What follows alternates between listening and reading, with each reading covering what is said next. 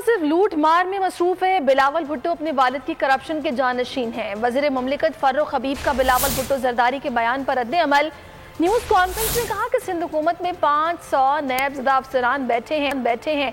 सिंध हुकूमत ने कराची के मसाइल पर तवज्जो नहीं दी।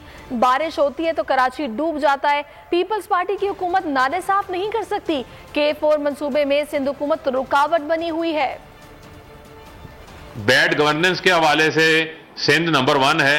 लूटमार के हवाले से, करप्शन के हवाले से पीपल्स पार्टी की सिंध में हुकूमत नंबर 1 है। इसके अलावा अवाम के लिए मसाइल पैदा करने के हवाले से सिंध हुकूमत नंबर 1 है। आज मैं आपसे ये सवाल पूछना चाहता हूं और मुझे इसका बिलावल आपसे जवाब चाहिए। सिंध का हर हारी किसान, मजदूर, आम आदमी आपसे ये जवाब ले रहा है कि जो 2000 अरब रुपया NFC की मद में वफाक ने आपको दिया है, वो पैसा कहां पर खर्च हुआ है? क्या उन पैसों से जाली अकाउंट्स बना लिए गए हैं, लूट मार कर ली गई है?